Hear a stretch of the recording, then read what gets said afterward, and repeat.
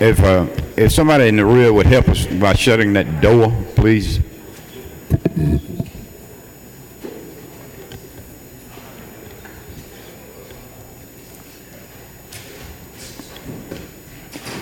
We have before us House substitute, the House Bill 1027 by Representative Stevens. Representative Stevens, you may explain your bill. Thank you, Mr. Chairman. I would like to, this is a substitute House Bill 1027 before you as LC 3430S, and I would like to, in advance, thank the committee for its indulgence. This is the film tax credit bill that we adopted about 2006, and this is a revision that will make it much clearer and eliminate tons of loopholes that were created in the bill. I would like to remind the committee that whenever we adopted this bill, our economic impact to the state was about $100 million per year. This past year, we have crossed $2.5 billion, so it is a major economic driver for the state, and thank you all for your help. Very quickly, because I know that we all have lunch here to go, one of the loopholes that we wanted to close was the loan out provisions, which start on line 41, has to do with the employment and transferring some of these your income tax provisions outside the state. This captures that no matter where you are. The idea, of course, is to provide the credits for the companies making the decisions to make the movies here or make the video games here, so that it is a Georgia income tax and not to be shifted to a state like Florida. The logo was another problem we had in the bill. It was at the very end of the credits, and if you, like me, that watched a movie, you never saw it unless you were the only one in the movie at the end of the credits when everybody else had left. That fixes that. The gaming provision was added back that was originally taken out. It says essentially if you're a company with less than $100 million per year, that you could qualify for up to $5 million per year. This is a total credit of $25 million, first in, first out, and once that $25 million credit is exhausted, it's over for that particular year. And that has to do with the cap, of course, which starts on line 158, as I recall. And, Mr. Chairman, that's just about all that the bill does. It's basically clean up, eliminating loopholes, making sure that the taxpayers get what they were expecting. Whenever we went down this road, it's been extremely successful, and I would like to offer an amendment, Mr. Chairman. I think it is passing out to you now, and I think everyone now has that amendment, and it's the amendment is LC 3430S, and it says essentially strike line 160. The word annual is the thing that we're removing from this thing, so that essentially once you get the $5 million income tax credit, that is it for that particular company, and it's to make sure that we continue to develop this $2 billion industry in the gaming production companies. Mr. Chairman, that in a nutshell is the bill. Any members have questions of the author?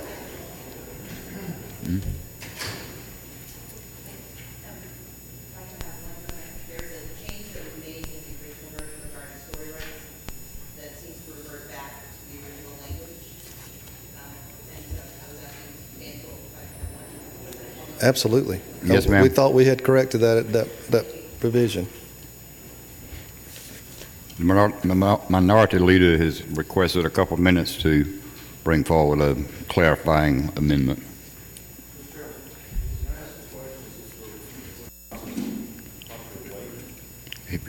Is it on? I'm sorry, Representative, I didn't hear what you said. May I ask the gentleman a question, since we're in the process? Well, I Certainly. wasn't going to belabor but since we're waiting. Certainly. If the gentleman, you go for a question. Sure. You're striking that on line 160, annual credit by company. Is it later taken care of in the bill, or do you contemplate, for instance, like an asset purchase to keep a company from churning through and basically starting another LLC to get around? That's also a possibility. The idea is to make sure that one company with $100 million or less doesn't just eat up all the credits, because once the $25 million is gone, it's gone. And so they would get that but if they get $5 million in 2012, they're not eligible in 2013. It's exactly. But there's not necessarily language in this to prohibit some type of asset purchase. Move that over for the founding of a different company and transferring the game titles and rights over and starting. That's a possibility. The idea is to eliminate one company from absorbing it out. Now, if they want to create a new company with a new game, I guess that's another way they can get around it. But this is probably as close as we can get to closing that loophole. It's a good question. Chairman Rice has a question. Thank you, Mr. Chairman. Is it not true that the industry, the interactive gaming industry, has been very active in dealing with these provisions since it was originally struck, and they're very happy with the way that these amendments have gone on? They think that they'll be able to grow their businesses even more than the 300 that they've got in the metro area already. And I appreciate the question. The gaming industry, for those of you that don't know, as old some of us that have gray hair and we go to the movies, that is what we typically have gotten used to. But the younger generation, they want to be part of the experience, and this is a $2.5 billion industry, and it's something that needs to grow, and we need to cultivate it, and I appreciate the question.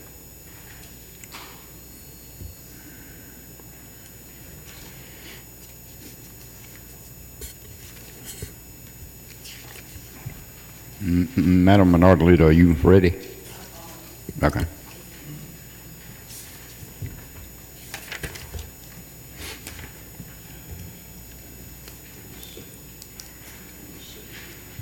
Yeah.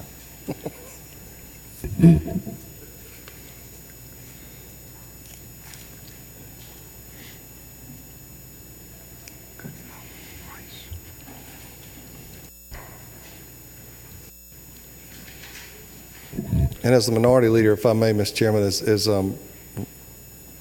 crafting her amendment to the bill, I would like to point out that in the well today, I hope you'll listen close as I go down this very long list of movies that are in production today in Georgia, this very day as we speak. So it's pretty impressive. So you guys have ladies and gentlemen, done a good job.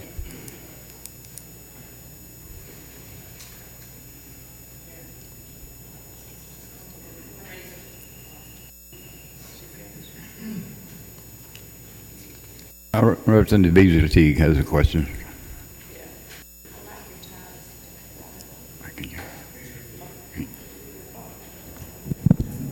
I was just saying, I like your ties today.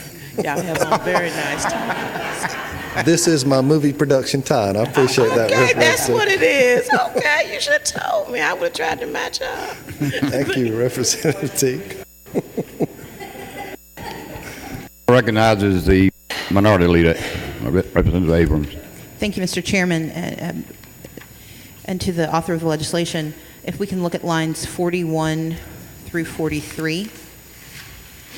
This was an issue that was raised in subcommittee and was corrected actually when the bill was voted out. The issue is that story rights, if you look at line 43, it specifically excludes development costs, including story rights. Story rights are what you pay for when you're actually acquiring the source material for these productions. And this language would take that, would eliminate all story rights, which are a fairly substantial part of pre-production development costs. The correction that had been made was inadvertently left out because when they did this new version, they didn't include the last amendments that were made. And so with the author's indulgence, I'd like to propose an amendment. Please. The amendment would be on line 42, starting on line 41, where it says this term shall not include. It shall not include post-production, it should not include story rights of post-production expenditures for footage shot outside the state of Georgia, marketing or distribution, comma, but shall not affect other qualified story rights. And actually, now that I say that, I don't think that works because it takes away something else you know. Let's do this. This is a better way. So this term shall not include post-production expenditures for footage shot outside the state of Georgia, comma, marketing, comma, story rights or distribution, semicolon, but shall not affect other qualified story rights.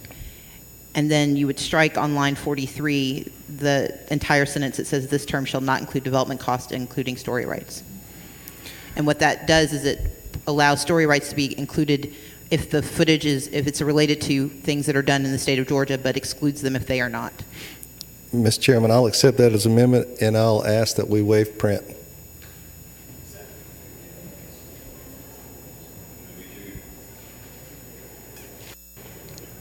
Jim Stevens, are you saying that you accept that amendment and move to not to print? Is that what Yes, you're sir. saying? I agree with it not to print. I'm not, in terms of the amendment itself, this committee will have to do that.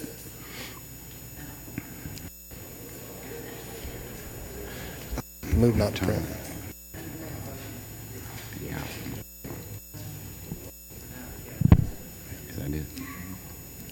Chairman Houston. This is not the proper time. We've got some more questions.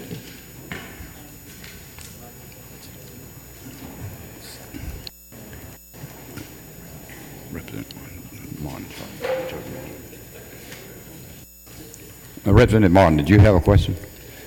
Mr. I just, if we were in the posture to do pass and then take the lady's amendment, but Okay. Is there any other questions of either the author or Representative Abrams on her amendment?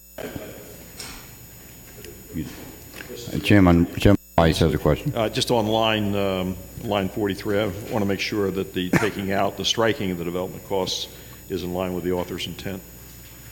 It is in cooperation with Mr. Stansel.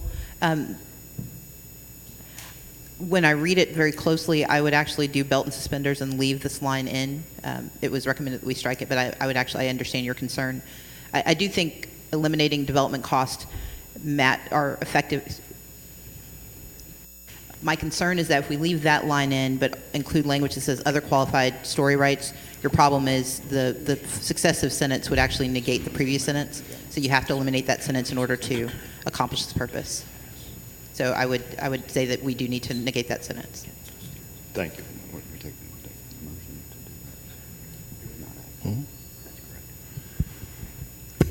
Okay, I think it's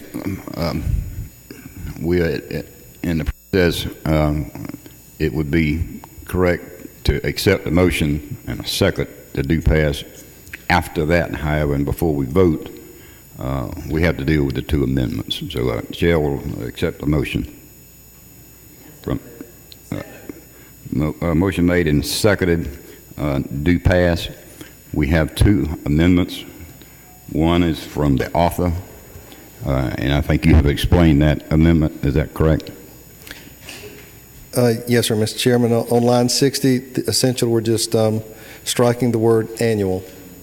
Is there a motion?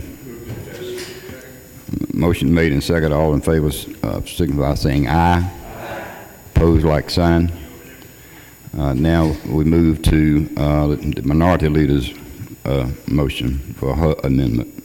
The amendment would be that on line 42, after the word marketing, we insert the word story rights, and then at the end of the line, distribution, insert a semicolon and add, but shall not affect other qualified story rights. And then we strike on line 43 the sentence, this term shall not include development cost, including story rights. Are there any further questions of the minority leader on her amendment? If not, moved and second. All in favor signify by saying aye. Aye. Opposed, like sign. Now we move to the bill as amended, and the motion has already been made and seconded on that. All in favor signify by saying aye. Aye. Opposed, like sign. Thank you very much.